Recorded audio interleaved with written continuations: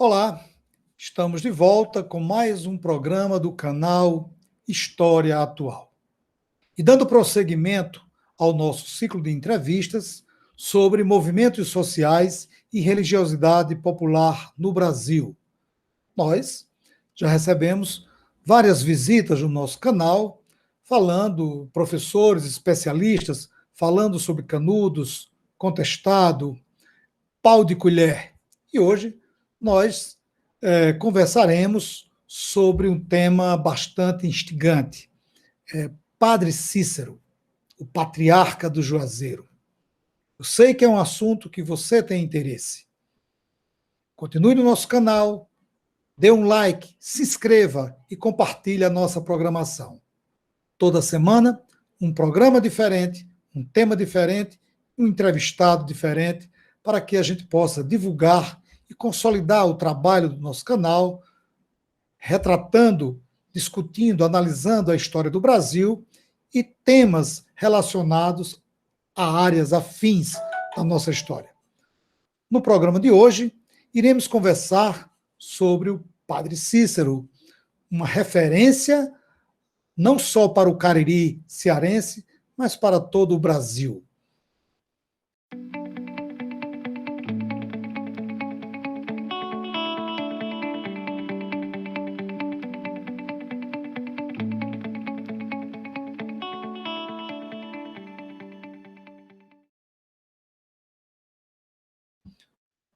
Conosco hoje é um pesquisador, um jovem pesquisador, e isso nos traz muita felicidade de ver a história do Brasil e, em especial, temas relacionados ao Nordeste ser tão bem trabalhado por novos pesquisadores. Nós iremos conversar sobre Padre Cícero, sua importância no desenvolvimento de Juazeiro do Norte, a relação com a classe política, o milagre da Beata Maria de Araújo, a excomunhão do Padre Cícero e a relação com o cangaço e outros temas. Conosco, o nosso entrevistado, Roberto Júnior. Roberto é acadêmico de História da Universidade Regional do Cariri, URCA, lá na cidade do Crato. Foi secretário-geral do Instituto Cultural do Cariri, o ICC, conselheiro de cultura do município do Crato, desenvolve pesquisas na área de história política e social, e também sobre a história e desenvolvimento da aviação no Cariri, com enfoque principal na atuação do Correio Aéreo Militar. Roberto Júnior é criador da revista Cariri das Antigas, onde escreve artigos sobre a história da região e outros temas. E também o criador do site Cariri das Antigas, no ar desde 2014. Roberto, muito bem-vindo, muito obrigado por ter aceito o nosso convite. E eu gostaria de começar já, amigo, lhe perguntando quem foi Cícero Romão Batista e como ele entrou na vida sacerdotal. Seja bem-vindo, amigo. Bom, eu agradeço, pela atenção e pelo convite. Gostaria de saudar a você e todo o seu público. Para mim é um prazer estar aqui falando um pouco, sobre essa vasta biografia do Padre Cícero, uma biografia cheia de contradições, cheia de coisas ainda a serem esclarecidas, e que, como você bem citou, é uma figura de relevância até mesmo internacional, haja vista que o Padre Cícero foi pesquisado por muitas pessoas de fora do Brasil, a atuação dele política, social, enfim. É um prazer estar aqui dialogando e ajudando a disseminar um pouco de conhecimento sobre a biografia dele e sobre a sua atuação aqui em Juazeiro. Então, o Padre Cícero, cratense, nascido no dia 24 de março de 1844, filho de comerciante, uma família que não se poderia considerar pobre, mas também não era uma família abastada. Foi uma figura que teve, desde cedo, uma relação muito próxima com a Igreja Católica, né, tendo ainda na infância passado a integrar as atividades, né, da matriz de Nossa Senhora da Penha, e seguiu assim durante a sua adolescência, né. Foi estudar no Colégio do Padre Rolim, em Cajazeiras, né. Essa questão da formação dele enquanto sacerdote teve um abalo por conta da morte do pai, na epidemia de cólera, mas ele era apadrinhado pelo Antônio Luiz Alves Pequeno, né? E o Antônio Luiz providenciou que houvesse a continuidade dos estudos dele e que ele também fosse aceito pelos padres lazaristas, né? Porque o padre Cícero ele tinha referenciais muito fortes na religiosidade popular. E naquele momento, né, final da década de 60 do século XIX, o seminário da Prainha ele estava passando por um processo de romanização, né, de aproximação com o contexto de Roma, com enfim, né, as diretrizes, as novas diretrizes da Igreja Católica. E uma dessas diretrizes era justamente o estabelecimento de uma linha única a nível mundial, que essa linha deveria prezar, né, por esse distanciamento da questão da crendice popular, da religiosidade popular, das expressões populares. E o Padre Cícero, a formação dele, né, enquanto pessoa, não somente enquanto religioso, ela teve muita ligação, né, com a religiosidade popular, porque, enfim, era o que ele vivenciava no Crato, né, era o que ele vivenciava aqui na região do Cariri. A região do Cariri é uma região muito rica do ponto de vista cultural, né, e que dentro dessa diversidade, desses patrimônios imateriais, está as nossas expressões religiosas também, né? Então, Padre Cícero, ele, como sujeito do seu tempo, não deixou de ser, né, digamos assim, influenciado, né, nesse contexto. Volta, se forma, volta para a região do Cariri e logo em seguida se torna capelão de Juazeiro a convite, né? Juazeiro que na época era ainda anexada, né, ao município do Crato. Era uma pequena vila, né, que é uma vila que descendia da fazenda Tabuleiro Grande, que havia pertencido ao padre Pedro Ribeiro, e depois foi transferida por herança ao seu avô, o brigadeiro Leandro Bezerra Monteiro. Roberto, você fez uma colocação aí que pouco eu escuto quando eu falo com pesquisadores sobre o Padre Cícero. E você diz aí que a formação dele, enquanto cidadão, enquanto jovem, né, teria sido uma formação ligada muito aos costumes populares, a chamada religiosidade popular, né, ao cristianismo popular. Né? E, de repente, ele se vê dentro de um seminário, o Seminário da Prainha, quer dizer, cujo a essência, o momento que o seminário estava passando, era um momento de reforma da igreja. Ou seja, até a década de 40, 50, o Segundo Império, nós tínhamos uma igreja no Brasil, católica, porém atrelada ao Estado, por conta do padroado. E começa o processo de reforma da igreja, buscando uma aproximação dessa igreja no Brasil com Roma, o processo de romanização. E o padre Cícero é formado dentro de um seminário com esse teor ultramontano, porém trazendo no seu bojo uma característica de um cristianismo popular, aquele tradicional. Como é que ficou? Como foi esse processo de formação? Existiu alguma liderança religiosa que poderíamos apontar para que o padre Cícero tivesse nesse processo de evangelização? Porque a gente tem, como você está dizendo, são duas formações. Uma que ele traz do berço e uma que ele tem dentro do seminário. Né?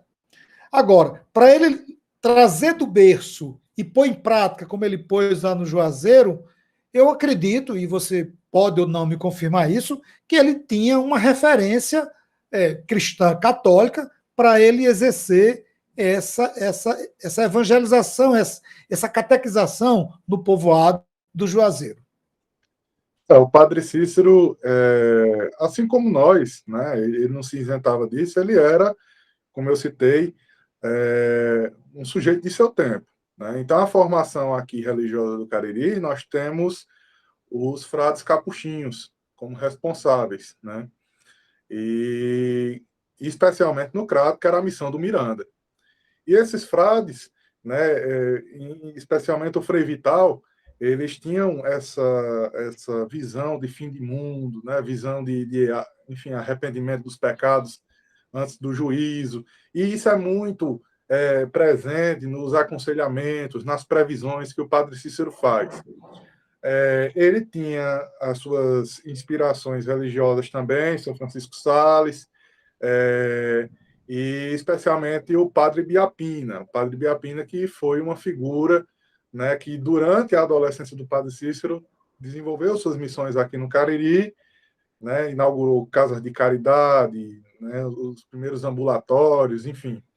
E teve uma obra muito extensa, e o Padre Cícero, né, existem indícios de que ele teve contato com o Padre Biapina, mas, para além do contato físico, né, com a pessoa do Padre Biapina, no sentido de conhecê-lo pessoalmente, ele teve contato com sua obra, ele e gerações seguintes a ele. Né? E o Padre Biapina se tornou um referencial para ele nesse processo de formação enquanto sacerdote. Os padres lazaristas, eles colocavam o Padre Cícero como um padre fora dos padrões, né, que eles queriam. Então, isso é uma prova, né, de que, de fato, ele estaria um pouco distante desses objetivos dos padres lazaristas, que era justamente romanizar, fazer dele um padre modelo nos moldes que eles entendiam como corretos naquele contexto que a igreja estava vivenciando. Muito bom essa sua colocação, porque quem está nos assistindo pode perceber que na própria formação do Padre Cícero, você vai ter um choque de princípios. Você tem um seminarista cuja formação vem da influência de um Padre Vital, dos capuchinos, das missões, né? Que antecederam o processo de romanização, e principalmente o Padre Biapina, que sempre foi uma referência nesse trabalho missionário, nesse trabalho junto às famílias sertanejas nos estados aqui do Nordeste. E aí, quando o Cícero chega na prainha, a primeira coisa que os seus professores vão identificar é esse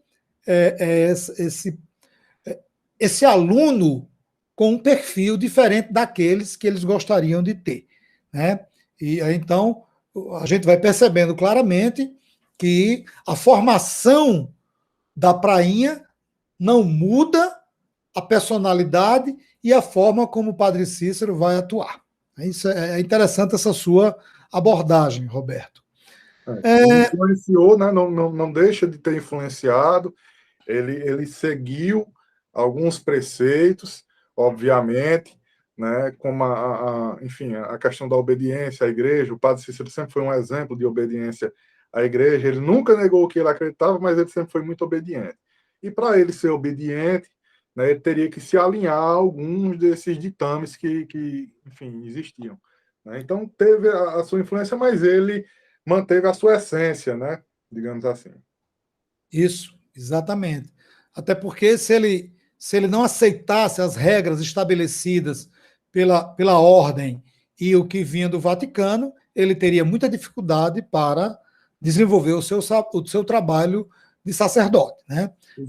Aí onde mostra a habilidade do Padre Cícero em agregar, em unir o novo, que era o princípio da romanização, e o tradicional, que é o que ele vinha no seu processo de formação. Roberto, uma vez na comunidade do Juazeiro. O Padre Cícero teve muito trabalho naquela comunidade, né? Afinal de contas, ela não representava, do ponto de vista de uma formação urbana, nada para o Crato. Era um povoado distante, né? E como se deu o processo de organização do povoado do Juazeiro até se transformar em cidade? Qual foi o papel do Padre Cícero, né? Qual foi o papel da classe política? Qual foi o papel da igreja nesse processo? Você tem o Padre Cícero, mas para que pudesse ocorrer um desenvolvimento, né, um progresso do ponto de vista estrutural, não deixa de ter um diálogo com a classe política. Do mesmo jeito, o fato do Padre Cícero ser um membro da Diocese do Crato tem também o papel da igreja. Eu queria que você colocasse para a gente como esse desenvolvimento do Juazeiro pode ser entendido ou não, aí você vai esclarecer, desses três sujeitos: o Padre Cícero, a classe política e a igreja. Nesse contexto, né, eu destaco mais a questão da classe política, né, até porque antes da criação da Diocese do Crato, nós tínhamos a Diocese do Ceará, né, que era quem era responsável aqui por essa questão eclesiástica, né, os domínios eclesiásticos aqui no interior.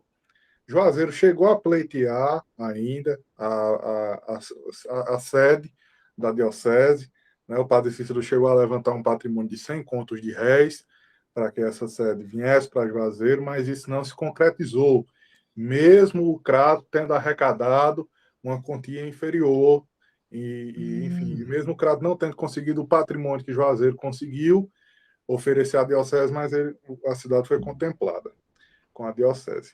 Então, a gente tem aí a atuação do Dom Joaquim, né, uma atuação muito incisiva no sentido de querer tolher, né, a religiosidade aqui em Juazeiro, o modo como a religiosidade se expressava aqui na nossa cidade, e especialmente, né, atingindo o Padre Cícero, que era, digamos assim, a figura, uma das figuras centrais, né, nesse contexto. Então, a religiosidade ela teve um papel muito importante no desenvolvimento de Juazeiro. Agora, a igreja em si, não, né?